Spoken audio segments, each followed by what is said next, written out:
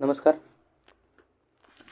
आपण काल परवा एक व्हिडिओ टाकलेला होता आणि त्या व्हिडिओमध्ये आपण असं सांगितलं होतं की आपण एक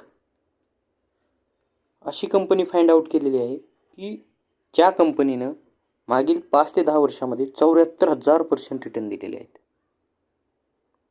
तर आपण त्या कंपनीबद्दल आणि तसंच आपण सांगितलं होतं की आपण एक सेक्टरबद्दल सांगणार आहोत की ज्या सेक्टरनं किंवा ज्या सेक्टरची येत्या काळामध्ये मार्केटला गरज आहे किंवा तुमच्या आमच्या जीवनामध्ये या सेक्टरचा येणाऱ्या काळामध्ये खूप मोठा इफेक्ट होणार आहे. आता आपण त्या सेक्टरबद्दल बोलणार आहोत. ज्या पद्धतीनं रिन्युएबल सेक्टर कोरोनापासनं खूप मोठं इन्क्रीज झालेलं आहे. त्यामध्ये देखील काही शेअर्स आहेत रिन्युएबलमध्ये बी की ज्या शेअर्सनं या 4 ते 5 वर्षामध्ये 1000% ते 5-6 हजार% रिटर्न दिलेले. आपण याआधी डिस्कशनमध्ये खूप वेळा सांगितलं होतं की गव्हर्नमेंटचा सेक्टरवर खूप मोठा इफेक्ट होतो. त्याच पद्धतीनं आपण ज्या सेक्टरबद्दल बोलणार आहोत किंवा ज्याविषयी बोलणार आहोत त्याविषयी गव्हर्नमेंट खूप पॉझिटिव्ह आहे आणि ती गोष्ट म्हणजे IT सेक्टर आणि त्यातील त्यात सेमीकंडक्टर बनवणाऱ्या कंपन्या. तर सगळ्यात आधी आपल्याला हेच पाहायचं आहे की सेमीकंडक्टर. बघा, सेमीकंडक्टर काय आहे की एक असं मटेरियल आहे की दोन्ही प्रॉपर्टी दाखवते. म्हणजे करंट वाहून नेण्याच्याही प्रॉपर्टी दाखवते आणि करंटला अपोज करण्याच्याही प्रॉपर्टी दाखवते. आणि या सेमीकंडक्टरचा वापर हा मॅक्सिमम इलेक्ट्रॉनिक डिव्हाइसमध्ये केला जातो. आणि तुम्हाला सर्वांना माहिती की इलेक्ट्रॉनिक डिव्हाइस हे तुमच्या आमच्यासाठी सध्याच्या काळामध्ये किती काळाची गरज बनलेली. सेमीकंडक्टर जर बघितलं आपण तर तुमच्या आमच्या डेली युजेसमध्ये सेमीकंडक्टरच्या वस्तू येत आहेत. आपण इथे सांगितलेलं आहे किंवा एक छोटासा प्रयत्न केला आहे की सेमीकंडक्टरचा डेली आपण कुठं वापर करतो. तर लक्षात घ्या, तुमचे mobile phone, smartphone, laptop, digital camera, television, washing machine, electricity, पुन्हा बाकी जे पण डिव्हाइस असतील किंवा प्रत्येक ज्या ठिकाणी चिप लागतात त्या प्रत्येक चिपमध्ये सेमीकंडक्टर यूज केलेले असतात. AC, रिमोट, TV, तुम्हाला ज्याही तुमच्या शेजारी डिजिटल वस्तू दिसतात या प्रत्येक डिजिटल वस्तूमध्ये सेमीकंडक्टर यूज केलेले. आणि मी जेवढं ऐकलंय, जेवढं वाचलंय काही दिवसामध्ये, तर आपला इंडिया लगभग 100% सेमीकंडक्टर ह्या दुसऱ्या देशाकडनं मागवतो. आपल्याकडं अजून तेवढी मोठी मॅन्युफॅक्चरिंग सिस्टम अवेलेबल नाही आहे. आता जर आपण 100% दुसरीकडनं मागवत असतो तर आपल्या देशामध्ये त्याला 100% स्कोप आहे, लक्षात ठेवा. कारण की आपण 100% दुसऱ्यावर डिपेंड आहेत. आणि जगामध्ये हायेस्ट जर कुठला देश या गोष्टी बनवत असेल तर तो तायवान आहे. त्यानंतर चायना आहे. आता बघा, आपल्याकडे पैसे वगैरे काही कमी नाही असं गोष्ट नाही, परंतु त्या गोष्टीसाठी किंवा त्यासाठी कुठली ना कुठली गोष्ट खूप इम्पॉर्टंट असेल. मी जेवढं वाचलं होतं तेव्हा सेमीकंडक्टरच्या ज्या कंपन्या आहेत यांना 24 घंटे प्युअर वॉटर आणि इलेक्ट्रिसिटी लागते. 1 सेकंद ही इलेक्ट्रिसिटी गेली नाही पाहिजे त्या प्लांटमध्ये. मी जेवढं वाचलंय किंवा ऐकलंय ते त्यांचे काही रूल्स असतील किंवा काही गोष्टी असतील, त्यामुळे आपण त्या डेव्हलप करू शकत नसेल किंवा किंबहुना आपण आता त्या डेव्हलप करणार आहोत. परंतु येणाऱ्या काळामध्ये हे जे सेक्टर आहे याला खूप मोठा स्कोप आहे. खूप मोठा म्हणजे आता मी काही कंपन्या दाखवणार आहे. मी तर सांगितले, काल परवाही सांगितलं होतं की कंपनी तिनं या 10 वर्षामध्ये 74,000% रिटर्न दिलेले, एक ना अर्ध नाही. आणि मी त्या दिवशीच तो व्हिडिओ मिस केला बनवायचा. त्या दिवशी त्या कंपनीची किंमत आय थिंक काहीतरी 2800-3000च्या आसपास चालू होती. ह्या 2-3 दिवसात त्या कंपनीत 600-700 पॉईंटची मुवमेंट झाली. दुसरी गोष्ट इथे सांगितलेलं आहे आपण की बाबा आपल्या इंडियाला खूप स्कोप आहे. आणि ज्या 5 कंट्री इथं ज्या सगळ्यात मॅक्सिमम बनवतात त्या कोणत्या आहेत? Taiwan, South Korea, China, United State आणि जपान. तर सगळ्यात मोठा जी हिस्सेदारी बनती ही TSMCची बनती, तायवानमधली जी कंपनी तायवान सेमीकंडक्टर मॅन्युफॅक्चरिंग कंपनी याची बनती. 50% जवळपास याची हिस्सेदारी मार्केटमध्ये. तर आपल्याला आता हे झालं सेमीकंडक्टरबद्दल, किंवा यामध्ये मी खूप डिटेल सांगितलेलं नाही प्रत्येक गोष्ट, परंतु जस्ट मी तुम्हाला एक सांगण्याचा प्रयत्न केला की ह्या ज्या डेली नेसेसरी गोष्टी इथं तुमच्या जीवनामध्ये येणाऱ्या त्या प्रत्येक गोष्टीमध्ये सेमीकंडक्टरचा वापर होतोय.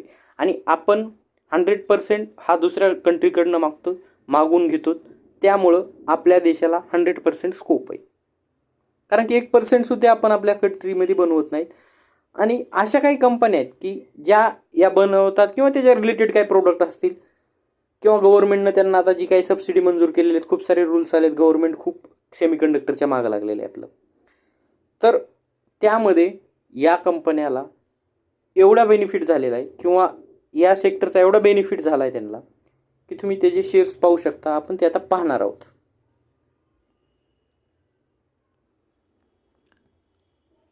तर त्यातला पहिला शेअर्स आहे डेक्सॉन. डेक्सॉनमध्ये आपण बघू शकतो मागील 6 मंथपासनं 100%ची ग्रोथ भेटली आपल्याला. चेक 6,900 पासून चालू होता, आजच्या कंडिशनला 14,000 रुपये स्टॉक आहे. जर मॅक्सिमम ग्रोथ बघितली तर आपल्याला असं दिसून येते कंपनी 2017मध्ये मार्केटमध्ये आलेली, किंवा शेअर्स आलेला आहे 2017 पासनं या कंपनीनं लगभग 25% रिटर्न दिलेले. 500 रुपयाचा शेअर सध्याला 1400 रुपयाला चालत आहे. जर आपण डेक्सॉन काय करते बघितलं, डेक्सॉनबद्दल माहिती काढायचा प्रयत्न केला, चेक करा.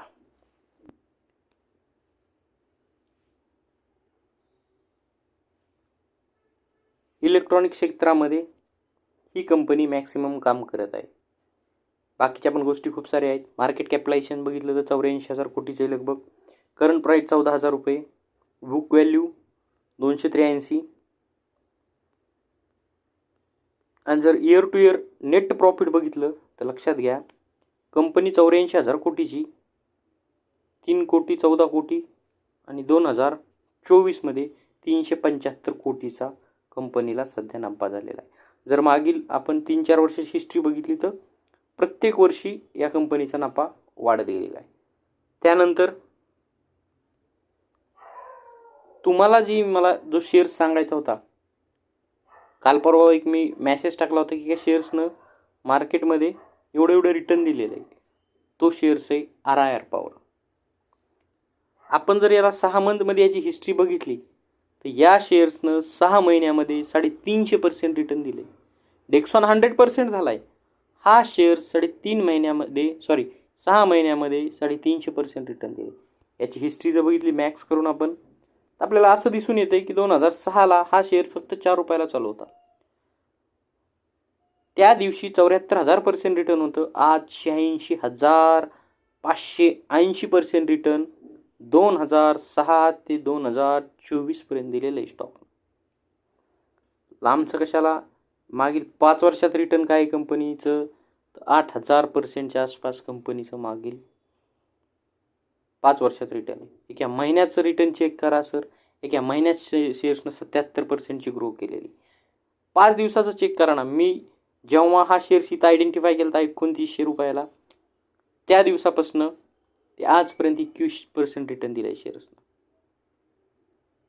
आता या कंपनीबद्दल आपण बघू कंपनी काय करते किंवा या कंपनीचा काय विषय.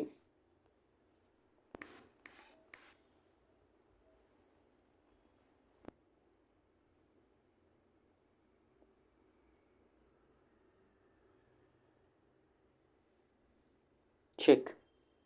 Semiconductor devices. डेक्सॉन कंपनी किती होती? कंपनी 74,000 कोटीची होती. सॉरी 84 काहीतरी हजार कोटीची होती. तिची हायेस्ट म्हणजे प्राईस चालू आहे 14,000. याची मार्केट कॅपिटलायझेशन आहे, चेक करा, 2600 कोटी रुपये. करंट प्राईज आहे 3600 रुपये. बुक व्हॅल्यू आहे 90 रुपये. यांचे सर्वांचे चेक करा. पी खूप हाय आहेत. जो प्रॉफिट होतोय त्याच्यापेक्षाही पी खूप हाय आहेत. ओके, हे याचे मार्केट कॉम्पिटिटर आहेत.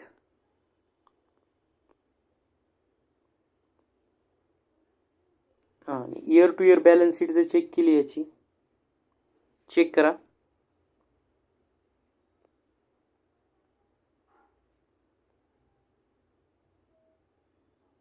दोन 2021ला फक्त एक ते 1.5 कोटीचा बेनिफिट होता. 22ला 2-3 कोटीचा बेनिफिट झाला. 23ला 5 ते 6 कोटी आणि मार्चमध्ये सध्याला 7 कोटीचा बेनिफिट चालू आहे. कंपनी जर बघितली तुम्ही, 3600 कोटी रुपयाची कंपनी आणि 3600 कोटी रुपयावर कंपनी कमवत आहे 7 कोटी रुपये. परंतु सेक्टर खूप महत्त्वाचं असते. मी स्पेशल सेक्टरचा व्हिडिओ बनवलेला आहे, सेक्टर किती मार्केटवर इफेक्ट करतं. तर आपल्याला जी कंपनी मला सांगायची होती किंवा या कंपनीमध्ये पॉसिबल आहे येत्या काळात ही कंपनी 4,000, 5,000, 7,000 पर्यंतचे तुम्हाला टार्गेट दाखवू शकते. तुम्ही जर बॅलन्स शीट बघितली किंवा याचे प्रॉफिट लॉस बघितले तर खूप मोठे नाहीत. परंतु फक्त आणि फक्त इफेक्ट जो आहे हा इफेक्ट याच्या सेक्टरचा आहे. अजून एक कंपनी आहे ती तुम्हाला मला सांगायची. ओके, तर कंपनीचं नाव आहे MIC इलेक्ट्रॉनिक्स. जर ही कंपनी बघितली, ही देखील designing, development, manufacturing, LED videos and displays आणि इलेक्ट्रॉनिक सेक्टरमध्ये ही कंपनी देखील काम करते. NSE BSEला रजिस्टर्ड कंपनी. 2600 कोटीचं मार्केट कॅपिटलायझेशन आहे. करंट प्राईज 109 रुपये चालू आहे. बुक व्हॅल्यू 5 रुपये. PE 47 आहे. त्यानंतर हे त्याचे मार्केट कॉम्पिटिटर. आणि जर आपल्याकडे जी इन्फॉर्मेशन आहे इयर टू इयरची, तर लक्षात घ्या ही कंपनी टोटल लॉस मेकिंग होती आतापर्यंत. 2013मध्ये लगभग 15 कोटीचा लॉस होता. 14ला 44 कोटीचा आहे. 16ला तर हायएस्ट रेकॉर्ड होतं 111 कोटी. त्यानंतर तर ते रेकॉर्ड 2018ला ब्रेक केलं, 191 कोटीचा लॉस होता. 2000 लॉस कमी झाला. 27, 24, 21ला 5 आणि 22ला लक्षात ठेवा 3 कोटी बेनिफिटमध्ये आली. आणि रेकॉर्ड ब्रेक प्रॉफिट या कंपनीने केलेलं आहे 2024ला, जे की 62 कोटी रुपयाचे.